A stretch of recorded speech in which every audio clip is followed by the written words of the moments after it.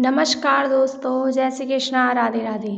विक्रम और वैताल की 11वीं कहानी। तो दोस्तों, हम आपको विक्रम और वैताल की 11वीं कहानी सुनाने जा रहे हैं, जो है कौन अधिक साहसी।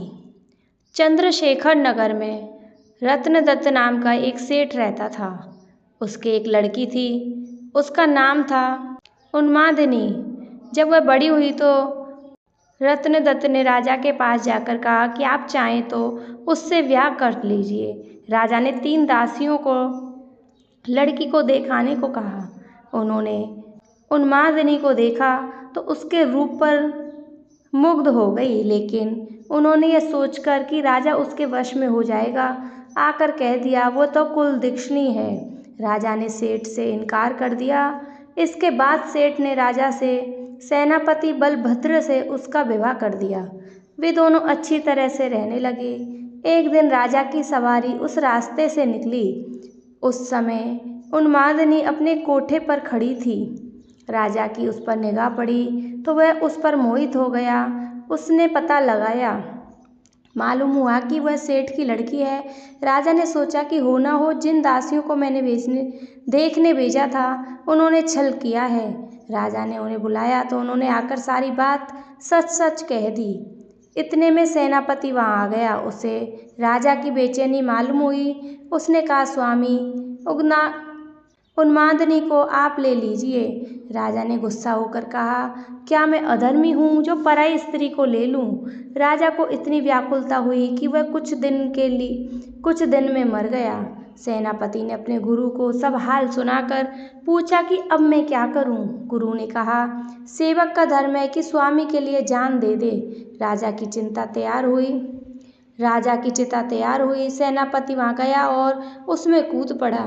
तब उन्मादिनी को यह मालूम हुआ तो वह पति के साथ जल जाना धर्म समझकर चिता के पास पहुंची और उसमें जाकर भस्म हो गई। इतना कहकर बैताल ने पूछा, राजन बताओ, सेनापति और राजा में कौन अधिक साहसी था। राजा ने कहा, राजा अधिक साहसी था, क्योंकि उसने राजधर्म पर ड्रग रहने के लिए उन्मादिनी को उसके पति के कहने पर भी स्वीकार नहीं किया और अपने प्राणों को त्याग दिया। सेनापति कुलीन सेवक था। अपने स्वामी की भलाई में उसका प्राण देना अचरज की बात नहीं। असली बात तो राजा ने की कि प्राण छोड़कर भी राजधर्म नहीं छोड़ा। राजा का यह उत्तर सुनकर बैताल फिर पेड़ पर जा लटका। राजा उसे पुनः पकड़कर लाया और तब उसने अगली कहानी सुनाई। तो दोस्तों, विक्रम और बैताल की अगली कहानी हम अगली वीडियो में सुनाएंगे। जय श्री कृष्णा, राधे राधे। तो दोस्तों, विक्रम और बैताल की 12वीं कहानी, विद्या क्यों नष्ट हो गई। उज्जैन नगरी में महासेन नाम का राजा राज्य करता था। उसके राज्य में वासुदेव शर्मा नाम का एक ब्राह्मण रहता था, जिसके गुणा नाम का बेटा था। गुणाकर बड़ा जुआरी था। वह अपने पिता का सारा धन जुए में हार गया। ब्राह्मण ने उसे घर से निकाल दिया। वह दूसरे नगर में पहुंचा। वहां उसे एक योगी मिला।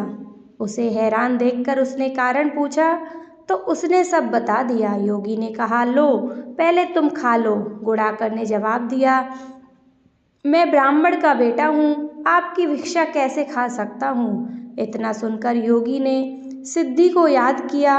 वह आई। योगी ने उससे आप भगत करने को कहा। सिद्धि ने एक सोने का महल बनवाया और गुणाकार उसमें रात को अच्छी तरह से रहा। सवेरे उठते ही उसने देखा कि महल आदि कुछ भी नहीं है। उसने योगी से कहा, महाराज, उस स्त्री के बिना अब मैं नहीं रह सकता। योगी ने कहा, वह तुम्हें एक विद्या प्राप्त करने से मिलेगी और वह विद्या जल के अंदर खड़े होकर मंत्र जपने से मिलेगी। लेकिन जब वह लड़की तुम्हें मेरी सिद्धि से मिल सकती है तो तुम विद्या प्राप्त करके क्या करोगे। गुणाकर ने कहा, नहीं, मैं स्वयं वैसा करूँगा। योगी बोला, कहीं ऐसा ना हो कि तुम विद्या प्राप्त ना कर पाओ और मेरी सिद्धि भी नष्ट हो जाए। पर गुणाकर ना माना। योगी ने उसे नदी के किनारे ले जाकर मंत्र बता दिए और कहा कि अब तुम मंत्र जप करो और माया से मोहित होंगे तो मैं तुम पर अपनी विद्या का प्रयोग करूँगा। उस समय तुम अग्नि में प्रवेश कर जाना। गुणाकर जब करने लगा जब वह माया से एकदम मोहित हो गया तो देखता क्या है कि वह किसी ब्राह्मण के बेटे के रूप में पैदा हुआ है। उसका ब्याह हो गया, उसके बाल बच्चे भी हो गए, वह अपने जन्म की बात भूल गया। तभी योगी ने अपनी विद्या का प्रयोग किया। उड़ाकर माया रहित होकर अग्नि में प्रवेश करने को तैयार हुआ। उसी समय उसने देखा कि उसे मरता देख उसके माँ बाप और दूसरे लोग रो रहे हैं और उसे आग में जाने से रोक रहे हैं। गुड़ाकार ने सोचा कि मेरे मरने पर यह सब भी मर जाएंगे और पता नहीं योगी की बात सच हो या ना हो। इस तरह सोचता हुआ वह आग में घुसा तो आग ठंडी हो गई और माया भी शांत हो गई। गुड़ाकर चकित होकर योगी के पास आया और उसे सारा हाल बता दिया। योगी ने कहा, मालूम होता है कि तुम्हारे करने में कोई कसर रह गई। योगी ने स्वयं सिद्धि की याद की पर वह नहीं आई। इस तरह योगी और गुड़ाकर दोनों की विद्या नष्ट हो गई। इसी कथा कहकर वैताल ने पूछा, राजन यह बताओ कि दोनों की विद्या क्यों नष्ट हो गई। राजा बोला, इसका जवाब साफ है, निर्मल और शुद्ध संकल्प करने से ही सिद्धि प्राप्त होती है। गुड़ाकर ने दिल में शंका हुई कि पता नहीं योगी की बात सच होगी या नहीं। योगी की विद्या इसलिए नष्ट हुई क्योंकि उसने अपात्र को विद्या दी। राजा का उत्तर सुनकर वैताल फिर पेड़ पर जा लटका। राजा वहां गया और उसे लेकर चला तो उसने यह कहानी सुनाई। तो दोस्तों, विक्रम और वैताल की 13वीं कहानी हम अगली वीडियो में सुनाएंगे। जय श्री कृष्णा, राधे राधे।